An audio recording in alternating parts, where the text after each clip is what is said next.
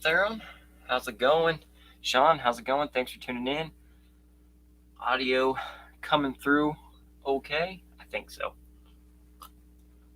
It looks like it is anyway.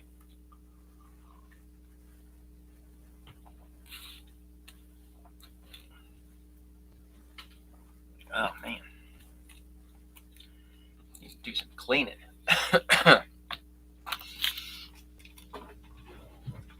just been busy getting some things rolling. That can go there.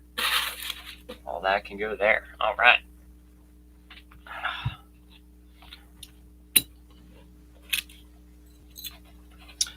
Everybody having a okay week, getting ready for the extended weekend.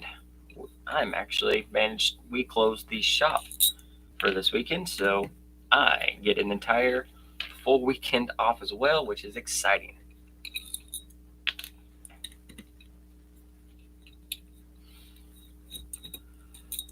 Theron, all your trucks are ready for Sunday, right?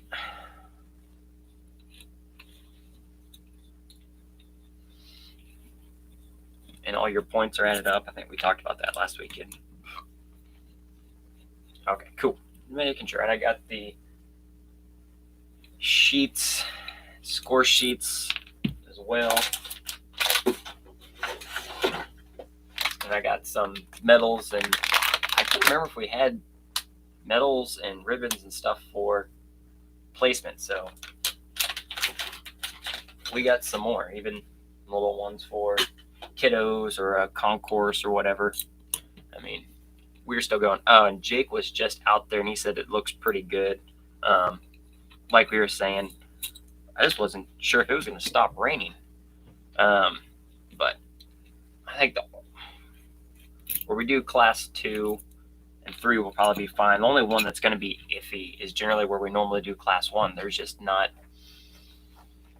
ways to avoid the elements. I had trophies made for first place. Okay, cool. That works. I couldn't remember. So we got extra for next time. I at least got for second, third, even top 5 for finals. So should be good to go there as well.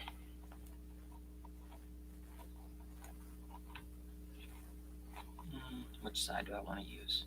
We're going to use this side.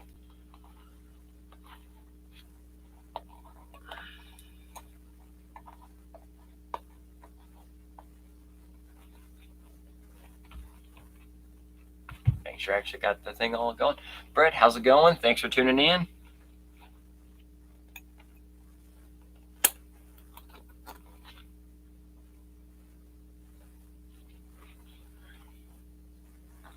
Okay.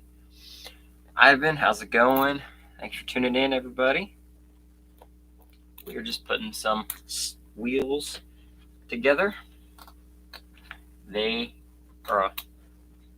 We've had the wheels for a while, but the tires got here today. Super fast shipping, and they are here just in time. We're going to get them mounted up, and they're going to get some runs in this weekend just in time.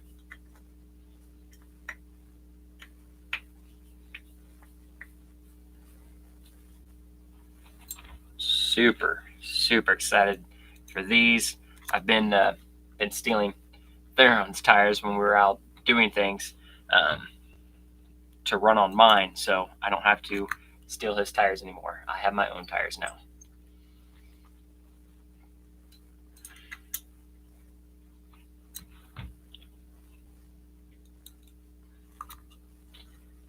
And I'll get the stuff charged up this weekend, and the winch stick is in the truck, so I don't forget it. Just have a couple extras as well, and we'll be ready to rock and roll.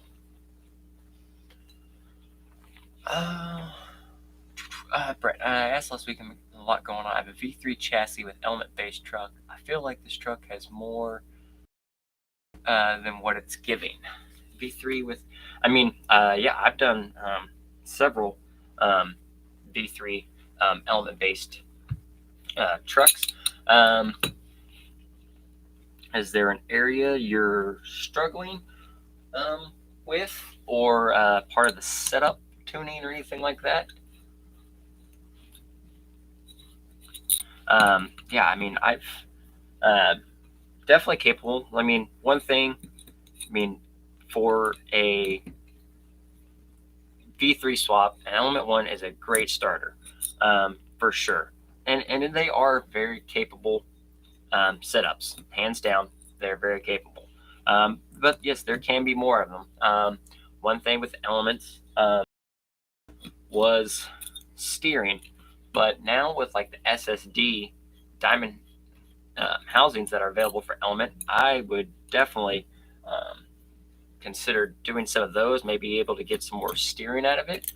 And one thing that it's a negative and a positive all at the same time. The Element transmission is a great transmission. It's budget friendly, it's quiet, and it has overdrive options. It's just heavy. That's really it. My son has a base enduro and outperforms my truck. All right, so it sounds like we got some tuning going on. And you just swapped everything stock over from the Element to the V3. Now, shock tuning, when you start getting more of that adjustability and stuff, can take a little bit of time. Also, I mean, you are going to more LCG, so depending on your shock setup and stuff, I mean, you're going to lose. You probably lost some ground clearance. That versus like a stock platform truck will still thrive with ground clearance, but other areas the truck can make up for it.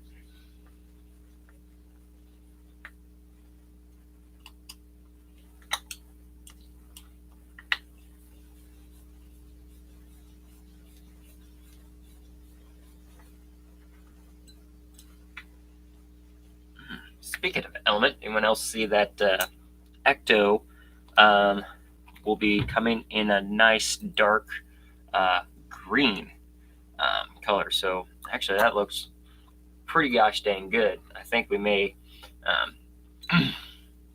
have to snag one of those for the kiddo because he's still in the need of a stock truck, and that's what we're aiming for, is an Ecto most likely. And that green looks pretty sweet. I already have an Ecto body that he was wanting to use, but that green, he said that green looks pretty cool. So we may go with that one instead. Connolly, how's it going? Thanks for tuning in. All good. We just started, so not super late or anything like that by any means. I have the stock V2 shocks with green front springs and white in the back. So one thing that I do like to do with the Element shocks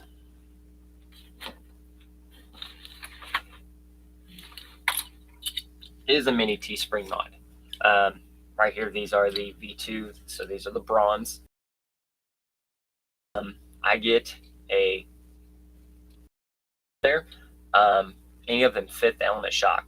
You can get them 3D printed, and other companies do make them as well. And then I do the mini T-spring rod and run mini T-spring mod and run Losi mini springs like this here. And that seems to really wake the shocks up a lot. Also, you did, over to the chassis, you did shed a pretty significant amount of weight. Should be just from the swap in general.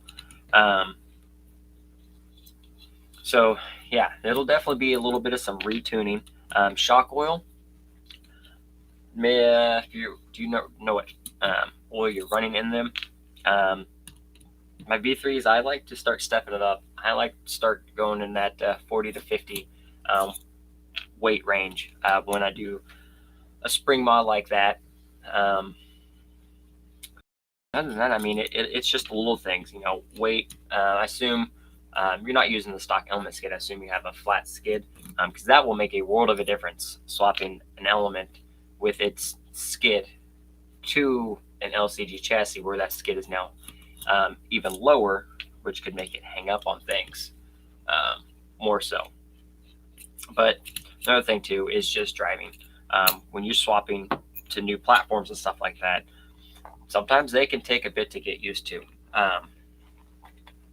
Knowing the truck's capabilities and finding its true strong points, and then see some of those weaker areas where some tuning attention is required.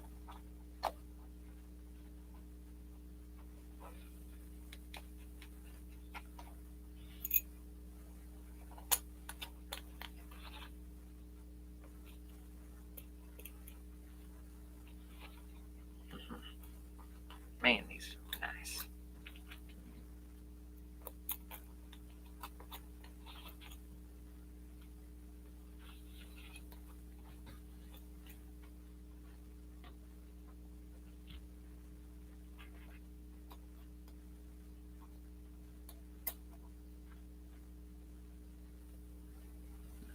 That's weird.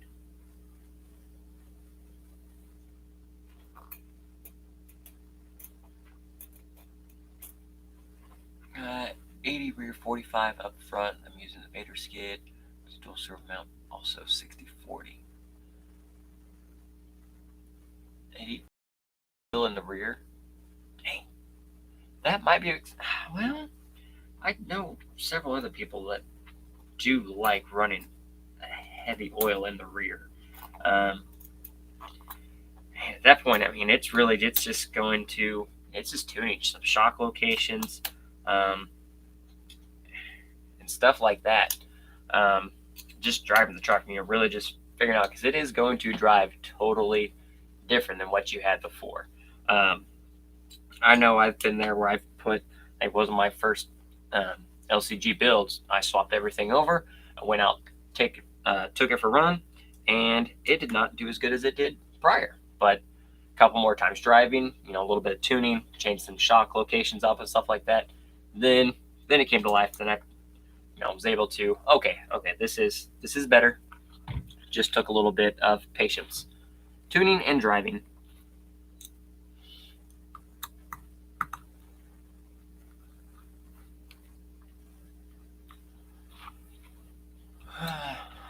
RC 1200. What direction is the base camp going? We'll pull it over here in just a minute. But honestly, it is just. I'm going to push it to its stock chassis elements. We do kind of a stock class here every once in a while. Stock basically just means stock chassis for the most part. Nothing crazy. Stock chassis. No super cut aggressive body, like no power wagon, and on like that. But I mean, there are a couple exceptions, like for example, like the Ecto. Ecto comes aggressively cut like that, so at that point that is legal. I think we let the gatekeeper go through. Capra, no Capra. I think Capra's the only. Because it is a true cage vehicle, but the gatekeeper does set on a chassis, so we let the gatekeeper roll. So that is where it is going to kind of reside. I've been doing the stock class with the Phoenix, but since we did a more Shelf Queen trail paint job on it, that is the Phoenix's direction. It's going to be just a good trail truck, stuff like that. Plus, I knew the base camp was coming, and that's what I was going to start using the base camp for. So that is the direction it's going. It will see no chassis. I think honestly, it'll probably see some links, because I don't think those links are going to last. Brett, so how do the SSDs for the elements? Or I keep the stock steering. Yes, so from the gist of it, because Element C hubs and 10.2 C hubs are the same. They're interchangeable. The difference is the knuckle, but the knuckles still work on both C hubs. So the SSD, they just released it. It works for both Air 44 and Element. It has an adapter on the diff that works with the Element gears. So basically, you just have the housings, and you can swap everything over, or you can get an axial ring and pinion and swap in there and have more options and stuff like that too. So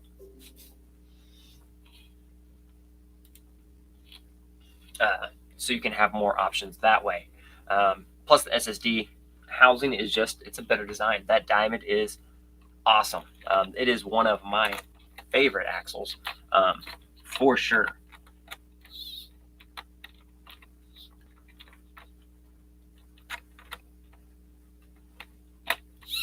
There we go. But yeah, I mean, you can just swap everything right over to your axle shafts, bearings, C-hubs, knuckles, everything will swap right to the SSD housings. Xavier's RC Adventure. How's it going? Thanks for tuning in. Back been a while. We got moved to a new place. Oh, nice! Congratulations. That is awesome. I hope the next couple years go by a little fast so we can do the same.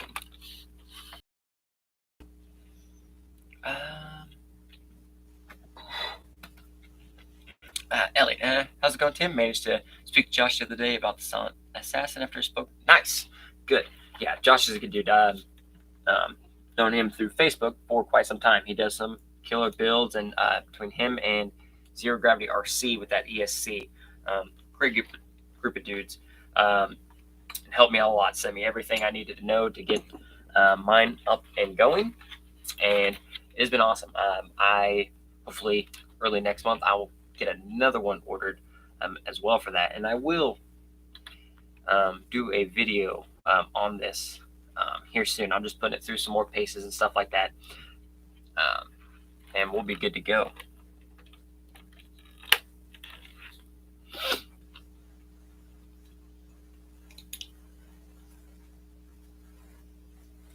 Xavier posted a few trails I made up here at Yellowstone. Can't wait to get my new upgrades. Nice. Oh, that is. I want to go there. So that area is just beautiful. I do wish to go there sometime just to experience all of that. I think we're going to try this summer to do a trip up to the Dakotas. I really want to see Mount Rushmore in that area because I've never seen it. So, and the wife hasn't either, and she wants to see it as well. So hopefully we can get that knocked out this summer and take a couple RC cars with me because, I mean, obviously, yeah, I have to. That's just how it is.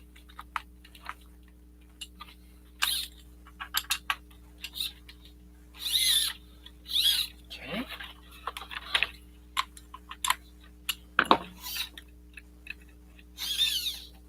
Oh, yes.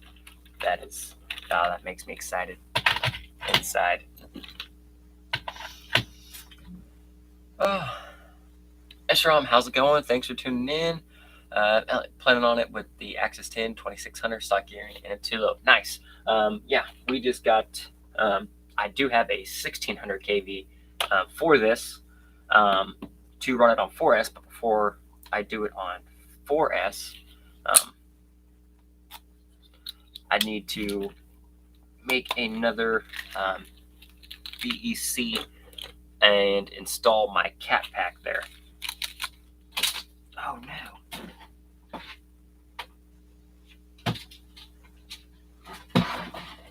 Those are for Jilly. So we got these little guys. Because my winch is direct power, but it is 12 volt max direct power. So I got a few of these little guys. So I'm going to make, it's an inline BEC. It comes for 5 volts, and then I finish this joint here, makes it 12 volt output. So I'll be able to put, 4S in, and only 12 will come out. So the servo will still be safe. And honestly, it doesn't look that bad. Everything's pretty good. The review on these were good, and a couple of people that were using them. So they worked out really, really well for them, running 4S and limited to 12 volts. So got to get that. I don't know if I will have time to get this installed and the motor and run 4S this weekend. I've already ran it on been running it on 3S, so I'm probably just going to roll with it because that's what I'm comfortable with right now. But also I got enough of these to put them on all of my comp trucks, because that is the plan. One more Silent Assassin for my Class 2, and then I haven't decided on what on my Class 1 yet, but it should at least be getting a Mamba Micro X2.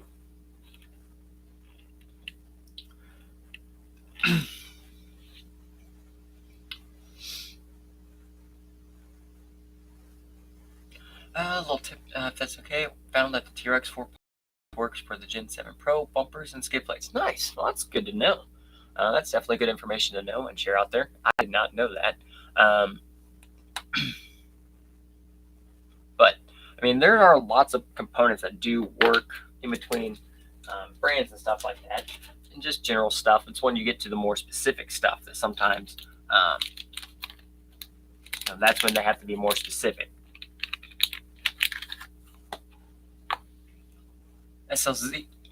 SLZRC, how's it going? Thanks for tuning in. Never used a BEC before. Hopefully there's videos on YouTube. Yes, there are plenty of videos for the BECs out there. I do have one in there already for the receiver, because there's no BEC in that unit, and everything, both my servos, servo winch, everything can take 3S power except the receiver. So I have a BEC for the receiver, and then like I said, my servo can take 12 volts, but I'm going to run, which is 3S, so I want to run 4S on it. So I just need to make sure my servo is protected while I'm running it.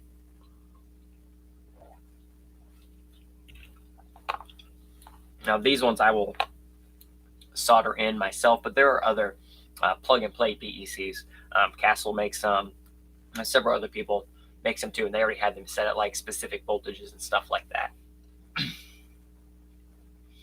And yes, yeah, most ESCs do have them built in, like our, Mob X's, Micros, stuff like that. Copperheads, they have even like the Fusion stuff like that, they have BECs built into them for like 6 to 8.4 volts usually. But yeah, for the Silent Assassin, no BEC, so it's all that is limited to 4S. So I plan on running direct 4S servo. Yeah, exactly. It'll just be for the receiver. Like I said, if the winch was 4S, I wouldn't need it. But for now, my winch is a 3S only winch right now. But and I said, the 4S won't be for necessarily wheel speed, because with the 1600 kV, 4S is equal to 3S on the 2500. The 4S is so both my servos get the full power as well, and also it helps with some of the control, the smoothing. The 4S with the 1600, it will be smoother than the 2500 on 3S, from what I understand. I could be wrong, but I mean, I'm still gonna have the same wheel speed with the smaller motor with the more power, but my servos are going to take a huge power jump, which 4-wheel steer on Class 3, I want both my servos at their max, which they do great on 3S, but we're pushing it all the way. And I mean, I've ran those servos on 6S before. They get a little gnarly.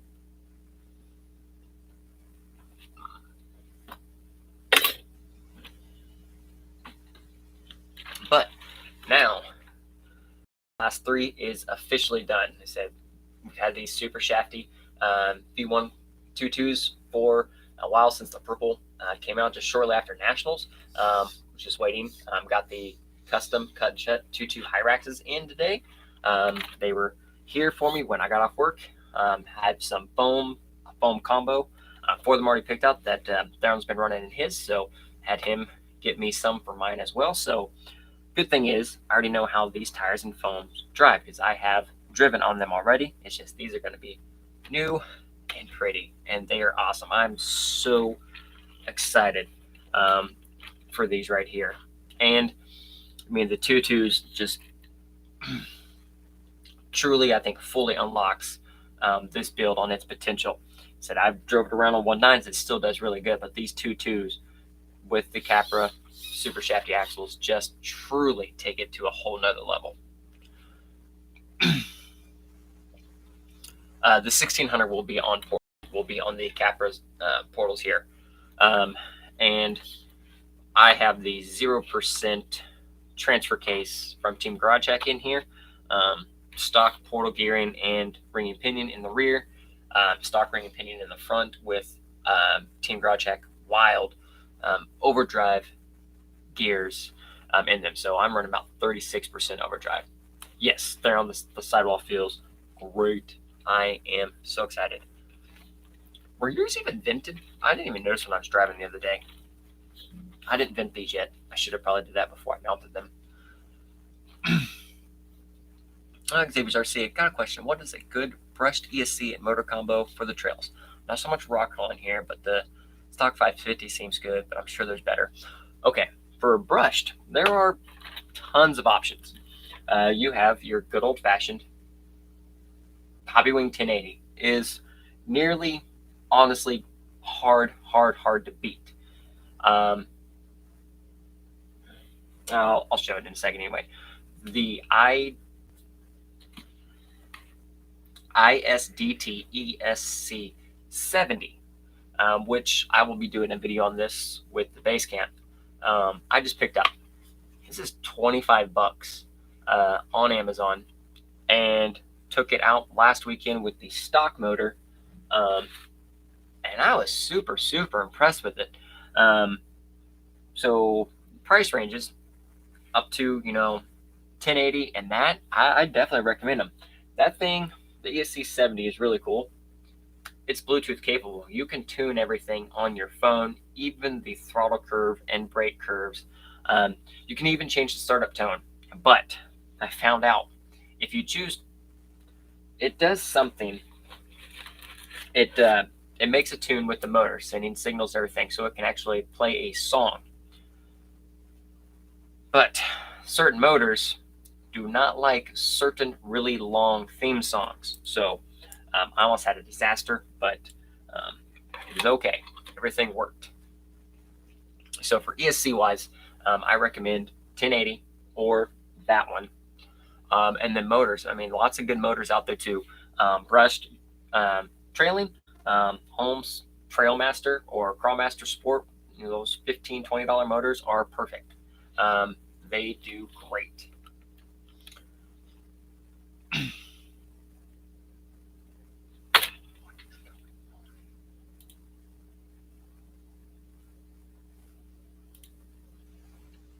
Okay. No. Okay, cool. I'll take a look at my rig. Normally I do vent. Normally my tires, my comp trucks are vented. Trail trucks, I'm not too worried about it because they're trail trucks. Like my Phoenix, those are not vented. It's going to, when it does go out, if it sees mud or water, it's going through. So I'm not too worried about that. Normally I do vent these, but I haven't yet. So we'll see. Now if yours aren't, I might try it and see how it rolls. Should still be good. Am I a part of the Cool Kids Club? No. Still need a little work on that. It does it on that side. That's cool.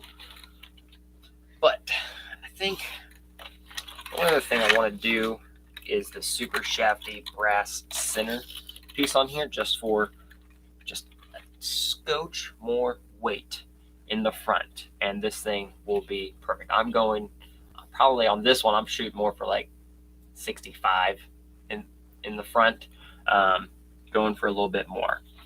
And on my steering, everything there is on point. So class 3 is officially done. Everything that I had planned for it is done. Wheels, tires, new axles, silent ESC was a plan, and a okay, decent looking body. So we are good there. SOZRC, yeah. I guess I could vent my little ones. Yeah, I might say my comp trucks are generally definitely vented. My trail trucks, I mean, they eventually will get vented, but it doesn't break my heart if I forget to vent them because they're not out doing crazy things. And I will put them through significant amounts of water and mud. Elliot here. Went to have a look at the Spec RC wheels today. Everything was up stock, and they weren't accepting orders. Shame as they had some nice. Oh yeah. They've been doing. Was it the Maverick wheels? Yeah, those have been going very, very fast. It seems.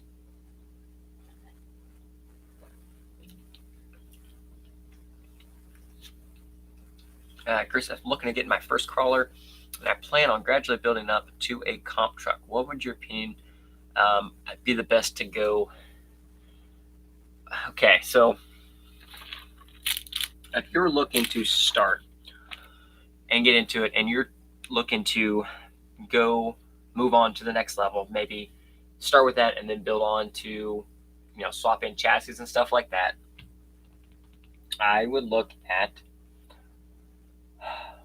Element Enduro because stock is still my favorite and I think most capable truck. It has the most reliable stock electronics. If that is important, it has the best stock electronics. The transmission is truly one of the key components that makes an Element really good, is the fact that it has overdrive built in out of the box, 6% and 12%.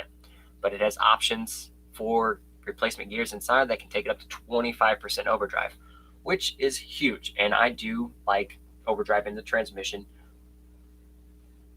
myself a lot.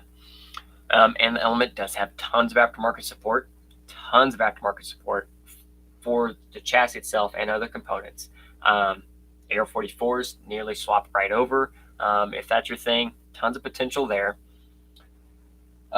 Or for straight axle, for sure. If you want to go portals, I recommend the Basecamp. I'm going to go with it already. I was super impressed with it. First outing was really good. Some mods woke that truck completely up. And it is a 10.3 axle, which is probably one of, if not the best, narrow portal axle for competition. And again, with tons of support. So, those are my recommendations. If you're looking to truly start with a truck and then build up from there over time, that is where I would start. Another option, if you're looking to get more serious in comping, I like building a truck from the ground up. You can pick up an LCG chassis. You can pick up a set of the Air 45 straight axle kit, which does come with shocks, which you can mod the shocks and make them decent and get you going for a while. A good set of high clearance links and stuff like this. Just something like this, get started and really get to rolling. I need to use this as an example and get a video going. I'd like to do a video showing that you can get into that and actually get one going, at a decent price without going bonkers and breaking the wall and stuff like that. You can get in and get a decent LCG started for a decent price, even comparable to RTR pricing. You can get something going and always upgrade from there. I have SSD axles waiting for me at Hobbytown. Nice. Oh, dang. Yours has them in stock? That's awesome, because those just came out. And your Hobbytown stocks crawler stuff. That's the more important part right there. I just want to go drive this Class 3 now. So.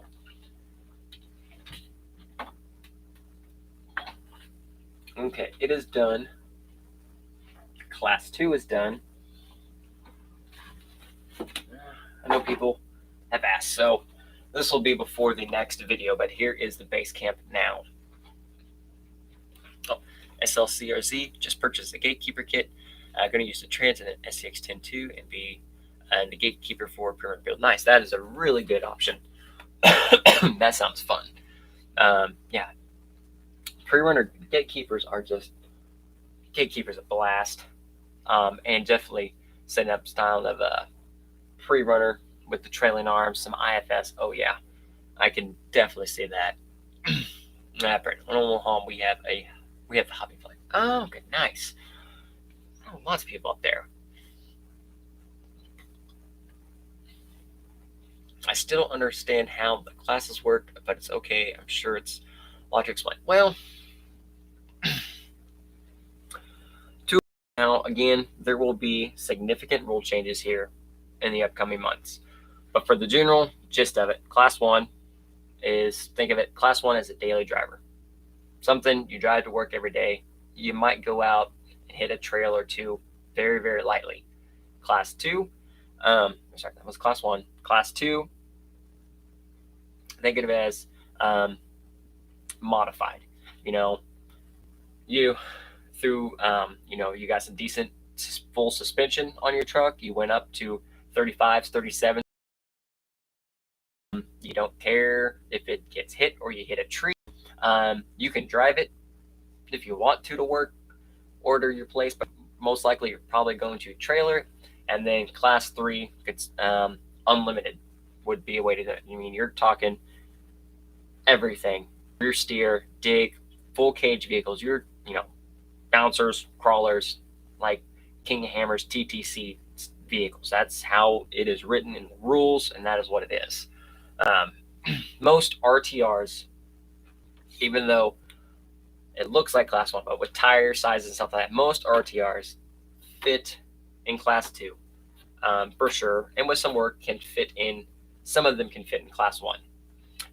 Now, you can always go up in a class. If you have a Class 1, if you pass Class 1 tech, you'll pass Class 2 and Class 3. Same, Class 2, you can compete in Class 3. You can't generally go down in classes unless you have the truck built specifically for this, but so you have a Class 2 and you just want to run in Class 3, you can probably run your Class 2 and 3. Probably won't do very good, but it will be okay. CRZ, base camp's looking set. Yes, thank you. We are almost, I think, done for the most part. Chainsaw, how's it going? Thanks for tuning in. Xavier, thanks. That really helped. Good. Glad to hear. Mir, awesome. How's it going? Thanks for tuning in. Elliot, Saturday, looking at my new build, and I'm itching to get it finished on the rocks, waiting for shipping from the States is a kid. I don't know how people really handle that, getting that overseas shipping. That would drive me bonkers to the points a lot of times. But it's part of the hobby. I'm sure you get used to it at some point. So yes, the base camp, so most everything underneath the hood last time. Then we went visually. I had have an HPI FJ body that I'd found, got it ordered, and that was my plan. And I was like, you know what? I kind of want to keep it a truck. So I got the Proline Tacoma, the new Proline Tacoma that came out. And the proportions, I mean, from before, the proportions are a little off how it's supposed to be. But I do like the looks of it. And with the molded grill here and the headlight buckets and everything, it does look pretty good. It comes with the handles, the wipers, comes with buckets for the taillights too, except I forgot to mask the taillights, so they just get stickers. If I do run any lights in here, it will just be in the headlights. So did that body, and I painted the inside, and then I painted the outside and took some Tamiya weathering and some other stuff and tried to do my own little touch on just slightly weathering it up. This truck is going to be used. It's going to be abused, so might as well just put some scratches on it from the start. And then I took just a cheap single piece Lexan interior that I had laying around, and I just finished cutting. I just cut it until it fit, just to cover up that inside there. And overall, I think it came out pretty decent. At least adds, just that right amount of depth. Changed out some bumpers. Took a little bit of work to get the bumpers kind of where I wanted them, but for the most part, I think everything came out. The only thing I know I need to work on still is the rear bumper area. But we also got that ESC in there and a new motor as well. Like I said, that ESC so far has done really, really good. I'm digging it a lot so far. Just the time taken out and just a little bit here and there. Next trucker, thoughts on running a Toyota four-door body in C1? It can be done, and lots of people do like it. It is going to be a heavier body, and depends on your wheelbase. I know people that do run that in 11.1, so that cab is here, and then the bed is squished all the way in there. So it looks a little off, but it does work. And most people just, I think, run the 4-door because it's not the 2-door, so it is something different. I just like single cabs. I mean, it's for a performance truck, so I mean, I'm competing. It doesn't necessarily, I want it to look okay, decent, but whatever works the best, that's what I want to try to run. But the few that I have seen, they do look pretty good. So, Toyota 4. I thought you said 4-door. The 4Runner body in Class 1 is a great option. I'm dumb. Short wheelbase, and the other thing is, like I think I mentioned in a couple of videos, like making the floor and stuff like that. Definitely make your interior. Don't use the full size interior that comes with the body. And you can also piece that body together significantly cheaper than ordering an entire kit. I was thinking about doing the 4Runner for Class 1, and I may still, because I like the 4Runner. But yes, sorry, that is a solid option for Class 1. Because there's plenty of room to do the work and stuff. Now, you can't get drop bed points with it, but you can get interior cargo area points for it with a full interior to go with it. So, but Class 1 hard body like that, points are going to add up. So I don't think you'll have a problem hitting points or anything like that. Chainsaw snow melts, so I was able to take my new Marlin crawler out for the first time. Nice. Always good to take them out for their first spin.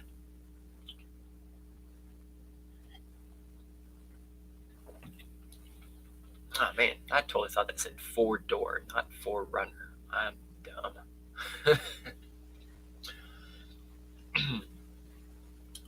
But yeah, honestly, this thing was a blast. And the gold axles, I think, just look pretty good. So we'll take this out again this weekend and get some more bids and videos in and things like that running this weekend, and just go over the last few updates that I did, which would be body and motor ESC.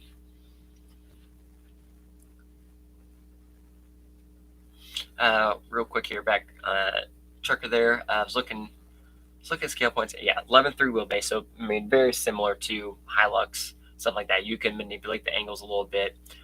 Definitely easy to bob. Keep the tailgate if you want to, or just ditch the tailgate and go flat. I mean, it's going to be a comp truck. Shave the weight where you can. For your interior, so like I said, ditch the full everything interior. But when you make your interior, even though the 4Runner already has this area in it, when you're making the custom interior, you can still get your full handmade and full interior points, but that won't get you cargo area points. In order for you to get cargo area points, you need to make them connect with a single piece. So you can cut that whole bed out and just put styrene in there and connect it to your actual interior, and you'll get the full interior points and a cargo area. So at least another point there if it comes down to 1 or 2 points. And the roll bars are easy to make for it. Roof racks, lots of that stuff all fits the same. Glue the hood closed because you don't need it flying open. Old Gar RC. Do I think Class 1 should be seat frame channel? No, I don't. Because there are enough rules, even in Class 1 now, there are enough rules in there to make, there are enough rules in there to keep the performance limited. And I may just be totally wrong, but on Class 1, when you're comparing flat rail to C channel, there's not a huge advantage in my opinion. I don't think so. I mean, yes, there will obviously be some weight, but I mean, you can shave weight out of it. I mean, shock tower locations, most C channels have aftermarket shock towers, which you can put anywhere and have sometimes as many or more adjustability than flat rail chassis that come with them, or get them welded on. Flat rails you can put, or C channels, you can get flat skids for C channels as well as the flat skids there. And like I said, with the rules on the shock tower rise and stuff, how far up that can go, that limits it right there. That's where you would gain a significant amount of performance, and it's limited. So yes, C channel is more scale for sure, but I don't think it's a deal breaker in Class 1. I mean, there are plenty of people that take a VS410 chassis out there, throw some goodies on it, and get out there and run and beat and drive. I mean, they will go against flat rail chassis, they will beat them or run toe to toe with them. So C channel, it can be done. I mean, yeah, I definitely don't think it should be C channel only at all. I don't think there's a significant enough performance advantage between the two.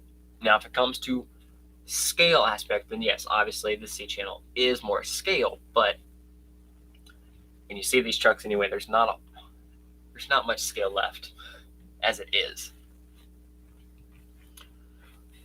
Trucker, yes, not a problem at all.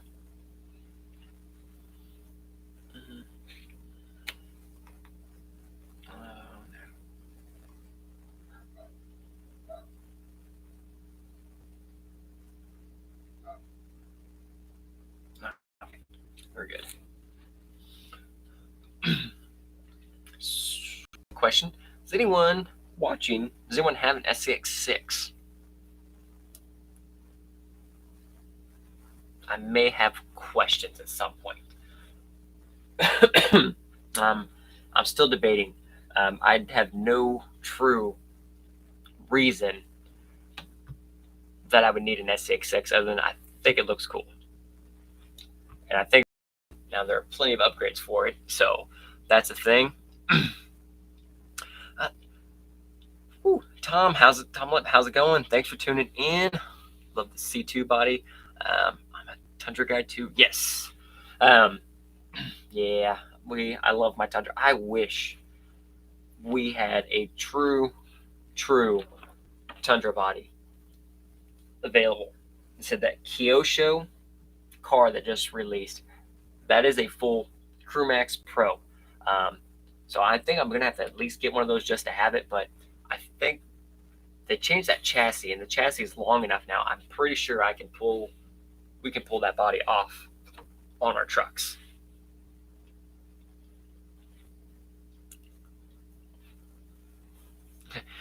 Yeah, I wish. Indy, how's it going? Thanks for tuning in. Yeah, all good. Said it's been hectic.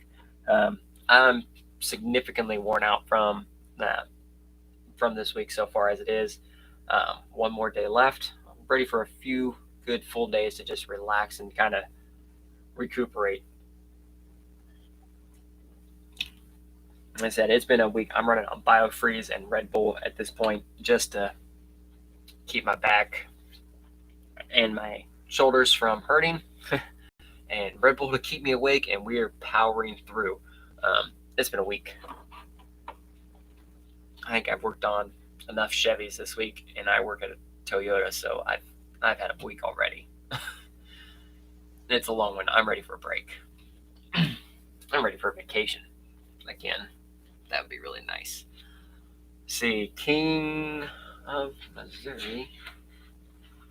1, 2, almost 3 months, because it's at the end. Yeah. 3 months till King, Missouri. Oh, that's a good picture. That's a good one. Talked about a different body on the live last night with Matt and Josh. Oh, yeah, he was saying that he was talking about some different bodies that would be coming out. I'm pretty intrigued. I really think, with Proline dropping an updated Tacoma, that's good news, because this is a 3rd gen Tacoma, and it's been, honestly, what was the last licensed Tacoma body? Would have been the 01 Tacoma body from RC Full Drive. I don't think I have any. It's in the garage. So that would have been previously the newest licensed Tacoma body. And then we just, Hiluxes and old 4Runners. So the way Toyota's been pushing a lot of their stuff, I kind of think it might be time. I bet that we start seeing or I hope we start seeing some updated bodies. A nice, true, like 5th gen Forerunner would be sweet, so sweet to see, or a Tundra. I mean, we've seen a lot of full-size trucks starting to come back around to these too, and Tundra's there, and especially, I mean, I think they have the Tundra Pro body is available for a Slash, which I fitted on a crawler before, but it's a bit excessive, but it does work. But yeah, true Tundra body would be cool. Or honestly, I think what the world really needs more hard body options. That's what it comes down to. We need more hard body options. Some updated hard body options would be sweet. Because if someone could make me a decently light 3D printed 2015 Tundra Pro, just let me know. Because that is, I would build, I don't even know what I would build one on, but I would build it immediately. I think it would have to be a 12.3 wheelbase because the Tundra is long. Maybe even a 12.8 wheelbase. Oh, what was that company? They were making the hard bodies through Facebook. I think they just stopped completely. They had 5th-gen Forerunners, Tacomas, and other couple of the Land Cruisers. Is it MFAB? Something like that. I mean, the bodies were a good price, but there was a good amount of work and printing and stuff like that. So, more hard body options, more bodies in general. I think, sounds of it, I think we might start seeing bodies on the regular game, which would be pretty good because if you look at it, then even just Lexan bodies, I mean, it is a lot of the same options, and they've been the same options for many years now. So I think it would definitely be a refresh to get in going. Even like Tundra's now officially jumped into its 3rd gen. So maybe 2nd gen Tundras can, maybe that license is now cheaper. So even we can get those in, or even, a 3rd gen Tundra. I like the look of them modified. They look great. So, or even a Sequoia would be pretty cool. A new Sequoia, I think, would hit the spot.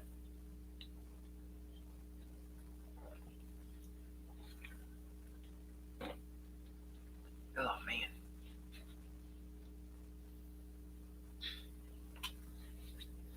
Actually, I don't think I actually attached this interior all the way.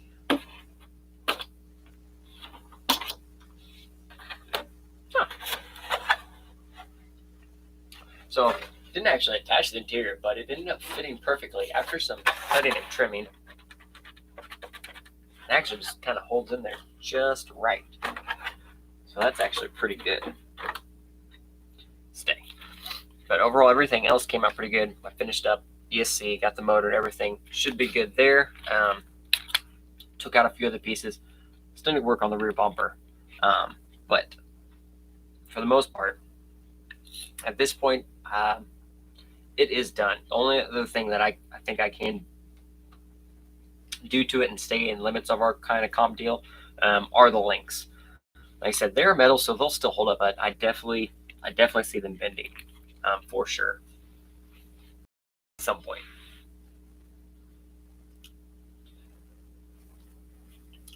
Tom, yeah, that's the big one right there. The no angle skid makes difference in C1. Yeah, that is a very, very, very good point there. Back to C channel there, yes.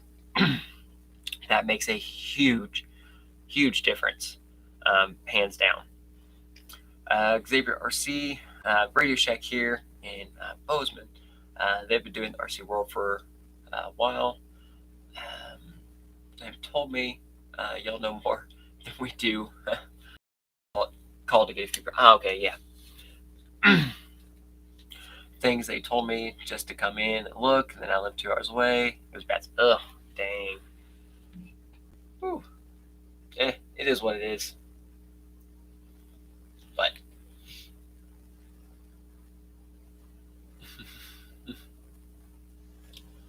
yeah, I don't even think we have a Radio Shack left here in town.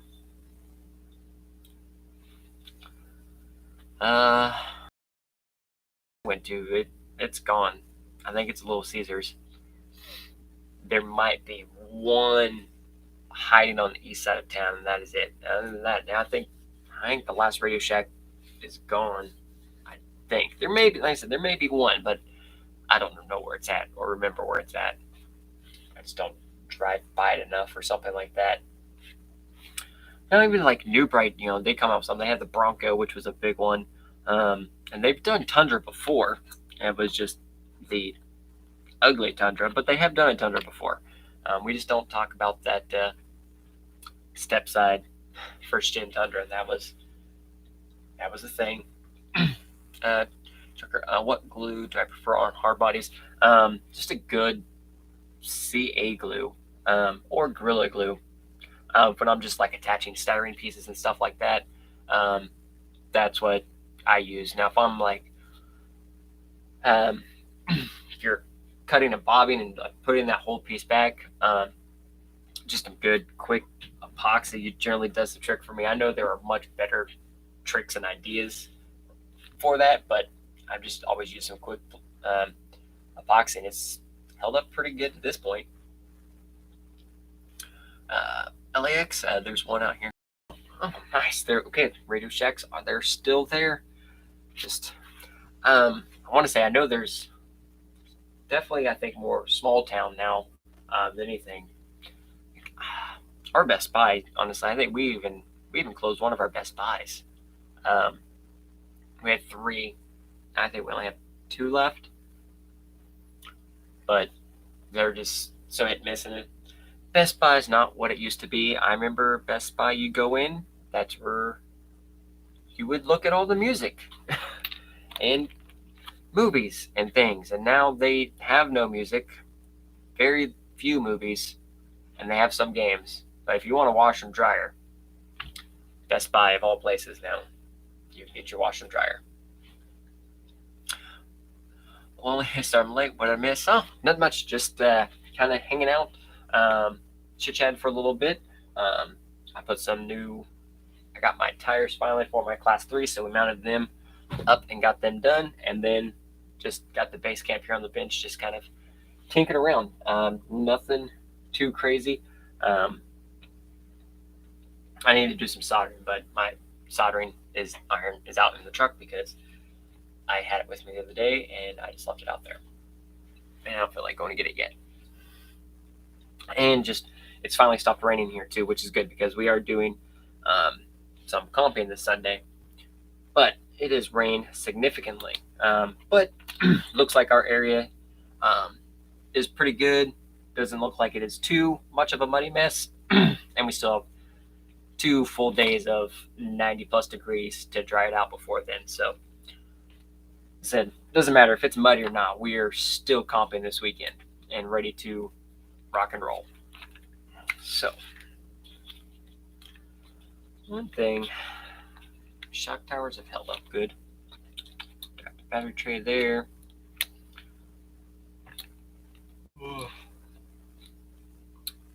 One thing I don't understand though is on the front servo mount, having to cut that out. But it wasn't a huge deal. I just don't must have had to been a mold reasoning of why it got shorted, or why it was, the stock servo fit just fine, but in aftermarket servo you had to trim the front side, one of the sides out to get it to fit, which was simple. I just took cutters and just cut one whole side out and it fit, but it was just kind of weird. I didn't move that back just a little bit. And I haven't broken the middle panhard yet, panhard mount on the chassis, so that definitely is good because it did take several tumbles this last weekend. Bumper mounts held up pretty good. Honestly, like I said, the truck's held up pretty good. I've sent it through some tumbles thus far, even stock, and then after modifying it, I was able to send it just a little bit more and still holding up pretty strong there. So that's good. I said 12.3 wheelbase and everything. Bodies, I said this fits like a glove on here. So, and it's perfect. The slot in the back here lines up perfectly with the 10.3 towers to align it with the rear wheels for base. Make sure everything's nice and even. So that was a plus. I didn't have to work too hard about marking some holes and centering things to make sure everything was good. It was already done. Someday I will learn how to cut a straight body line, but it works for its purposes.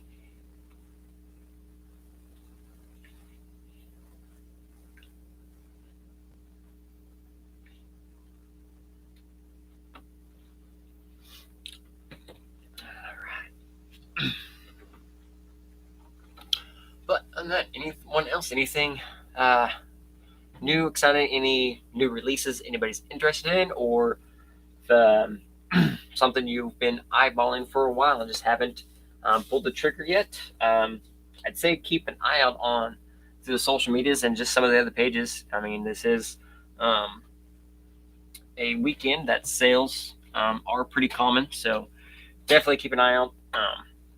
I haven't seen, I don't know if I've seen any posted at this point, but generally tomorrow you'll probably start seeing some sales and stuff like that post up. So if you are looking for stuff, you might just keep an eye out over the next day or two for some sales. Instagram is a good one. They normally just post up codes or whatever like that if they're running a sale. So if you are looking at something, this is one of those weekends to keep an eye on. And our weather here looks to be pretty good. The rain stopped today, so we're looking to have a really, really nice weather-wise weekend. So we'll be ready to rock. I really just want to. I don't even know if I want to scratch this now. There are a couple 3D printed pieces that I need to make for it, and then it will be good. And I need to clean these tires. These are muddy. Peter, how's it going? Thanks for tuning in. So, this little thing is that I've had the holiday buggy body for quite some time, well over a year. I was going to do a Class 1 build with it at some point, but I just kind of gave up on that idea, and it just continued to just sit on the shelf.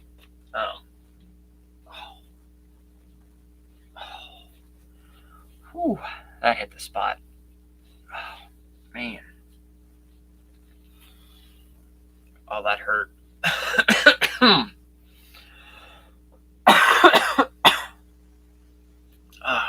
Ever had that moment where you pop like your back and it hurts, but it feels really, really good at the same time? That was, oh man, that was a good one. But, so I've had the holiday buggy for quite some time.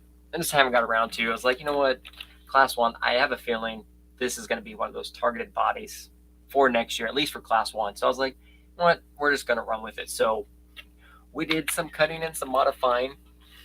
I just cut the wheel wells completely off about halfway, grabbed the heat gun, flared them flat just up over the tires. Got everything covered, so we're going to run a little Class 2 action with the holiday buggy. Hard body, it is lightweight, so that is a big plus there. And, you know, it is a nice low profile body, so, and able to get the points out of it pretty easily.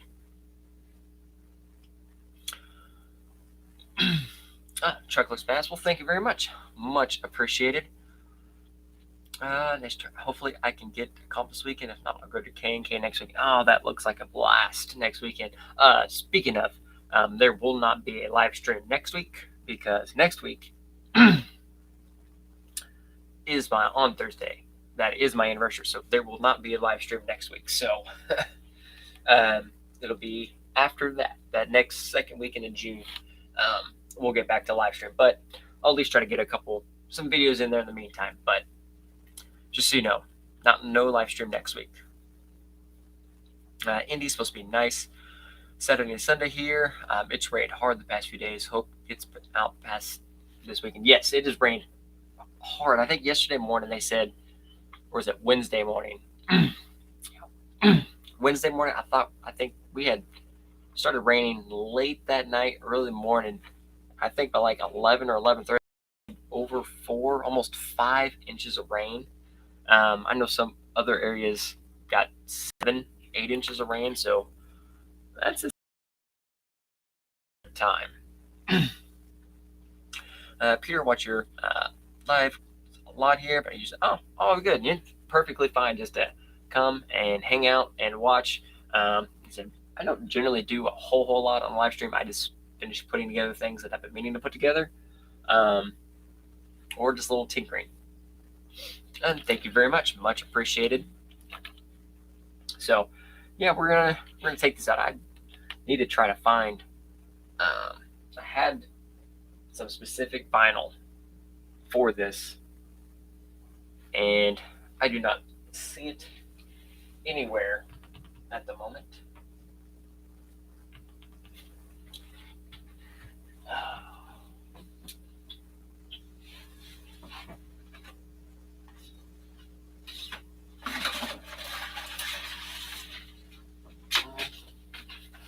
Actually,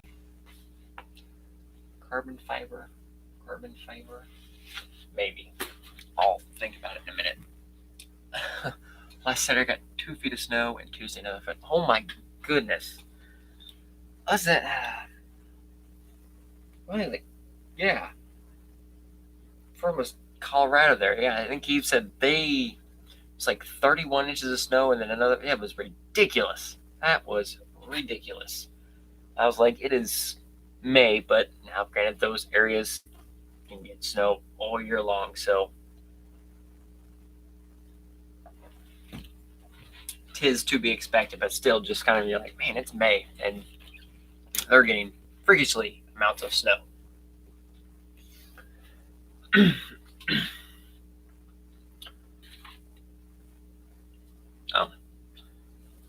That's the stock one. I can get rid of all of that stuff now. But yeah, so class 3 is with new tires. It's done. Class 2 is ready to rock and roll. It went out this weekend for a little bit, and did really good. Added up everything. Should be plenty good on points. Took a little work on roof rack to make it fit. I need to do some more work, but it does work.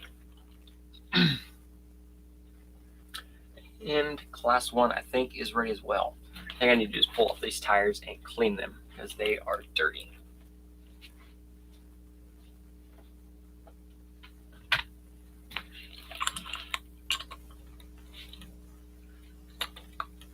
Which I'll probably get dirty again this weekend, so I guess it probably doesn't matter that much.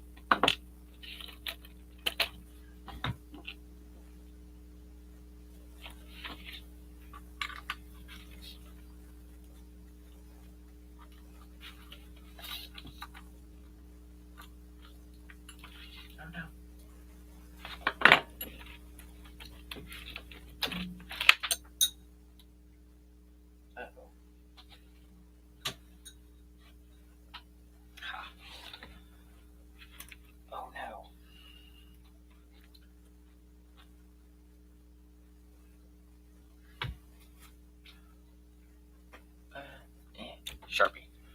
I always mark my tires just so I don't forget at least which ones are front and rear. And that mark was coming off a little bit. I was like, ooh, we better fix that.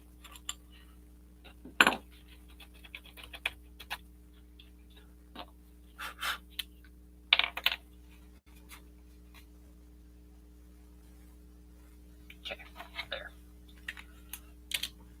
Rear tires and front tires. It sounds like fun.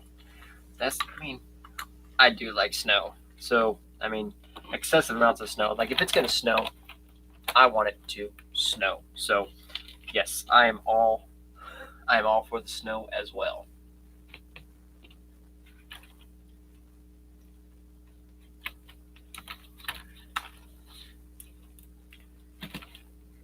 So those need to go to the wash.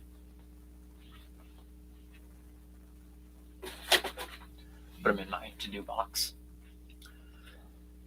And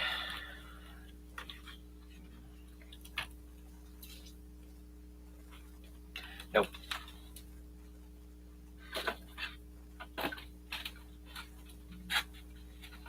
I'll find something else for those. And class 1, I think, is good as well. No, it's not, because I lost body clips. And I need to replace the servo horn. So I always check things almost last minute. But honestly, so far, done a few local fun little cash comp runs and some other class 1 practice runs. So far, I'm digging it. It's doing pretty good. And just kind of getting used to driving the new body, new truck, and it does have new axles that I have driven previously. So always something to get used to.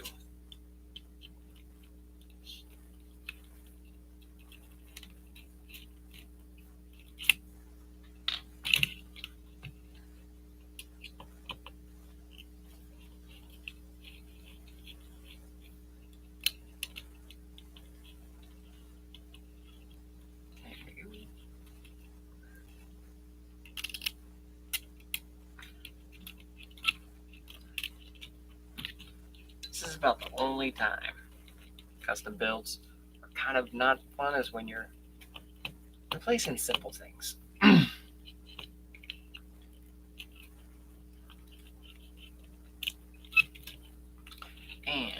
this servo horn is beyond toast. I think this one's been going and stripping for a while.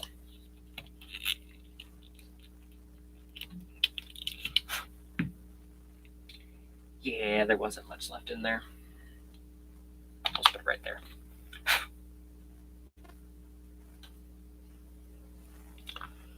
I'll just set that up.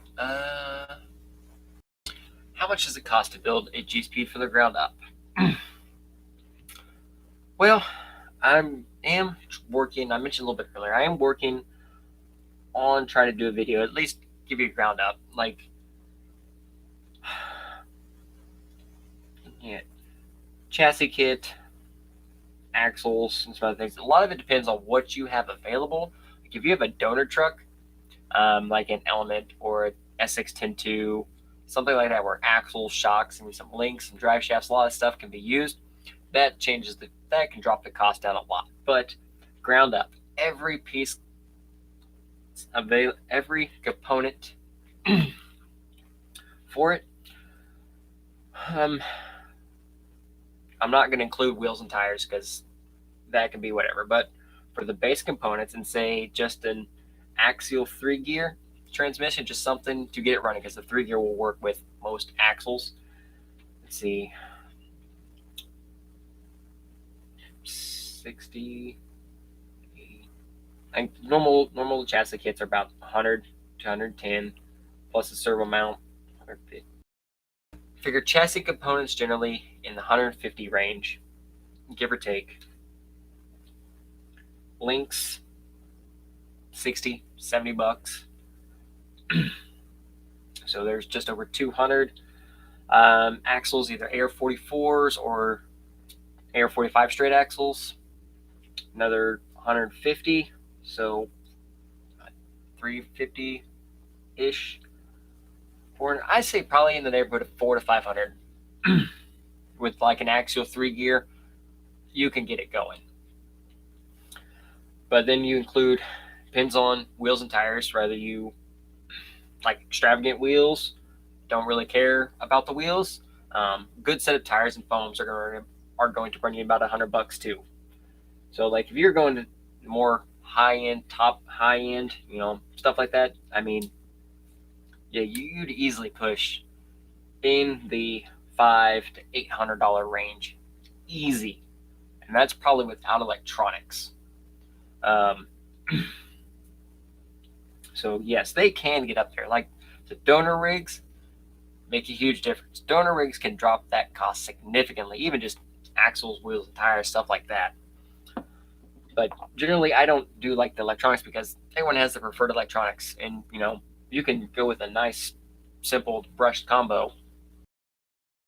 $50 brushed motor, ESC, $100 or less for a decent and reliable motor and ESC combination. So this one, I'm building for end of the year comp. And this is as far as I've gotten so far. We have axles that were on sale, chassis, links, shocks, and wheels. And yeah, I'm at 400 right here how this sets. And I still need tires, transmission, and drive shafts. We're not doing, I do have a bumper for this somewhere. I think it's in my truck. Theron gave me a bumper for the front and I moved it. I put it somewhere. But we're not going to do electronics on this one just because so many people are picky about their electronics. So we'll just basically put your electronics in it and you're ready to rock and roll. So still got to get some tires for it. I have a front bumper. Pretty sure it's in my truck. Front bumper, rear bumper, and we haven't decided on body yet, but I think I have a cliffhanger body I can use. And it'll be good to go. But I mean, yes, they can get expensive. Buying, new everything, it adds up real quick. But donor vehicles or, used parts like shocks, wheels, tires, some used AR-44s, like you can easily get one. I could get one up and running between $300 to $500. It can be up and running and be capable and fun. RC Journey, I'm still working on my G-Speed. Sending the 3D printed body. Sending the 3D printed body is worse. Oh man. See, that is where I lose patience, is in that finishing. Even like the hot rods, like luckily they come out really, really good and clean for the most part. But I think that was another reason I never got one of those 3D printed infab bodies, is you do have to do all the finish work. I don't have the patience for that. I chose technician in real world for a reason. I don't have the patience for like body type finishing and stuff like that. I just don't have the patience for it. Now I can take everything apart and put it back together. That's my strong suit. The finishing and the patience, not my thing. Like I said, I make things look good from afar. Peter, I live in New York City, but you'd be surprised how many really good crawl spots there are. I bet that would be. Actually, I bet there's some really good areas in there. I think I've seen some pictures or some videos of some people crawling at Central Park, and yes, it does look really, really, really, really good. One, that would be a really cool place to visit for sure. But I mean, I could definitely see a challenge in finding areas to crawl and stuff like that. What's up with the arm sleeves? So working sometimes I kind of get I'm getting older, so apparently I just get breakouts or like allergic to things that I've touched for 20 plus years working on things. And I have poison sumac somewhere in the backyard, and we have a couple areas at air cap. So poison ivy, I could just a little calamine lotion on, I'll be fine. But the poison sumac here at the house is like, it's vengeful. Like it is hateful. Um, so I just had them on just on my arms, and like if I do get something, like I work with tons of chemicals, and I get fluids and stuff on me a lot, and probably way more. I mean, I'm sure it's absorbed at some point, but kind of helps keep stuff off the arm, full exposure, stuff like that. And I said I get home a little bit before I go live, so I'm just still kind of relaxing and down from work. Yeah, basically, yeah. Just that last year, I got that was when I found out there was poison sumac in the backyard. I was just going through with the weed eater. I was like, all right, cool, got all that cleared out, and then I died. Basically, I mean, it's one thing to brush up on it, but when you have a weed eater shredding the sumac and the oils and throwing it back on you, I tell you, it is not a good time. I think sleeping was one that was hard. Just getting comfortable and trying not to itch. Peter, there are waterfalls in the park. Oh yes, I love crawling around like waterfall areas. They're just a blast, and they look good, and they make for great pictures. Those cover photo contests that pop up all over the place, a good waterfall picture goes a long way. But in the meantime, everybody, I think I'm going to go ahead and wrap this one up. I still have some things to do here around the house, and I want some ice cream. So, anyways, as always, everyone, thanks for tuning in, hanging out. Much appreciated. Didn't have a whole lot going on tonight, just hanging out. Any questions? Happy to answer. Said no live stream next week. But I will try to get some videos. We'll try to get the next round of upgrades on the base camp videoed up and done, and we'll get that out there. So, RC, real quick here. Have a good day. Thank you, Trucker.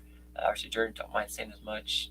Designing the body mounts and stuff from scratch and sliders. Oh yes, that is a challenge indeed, and one I don't care to take up myself.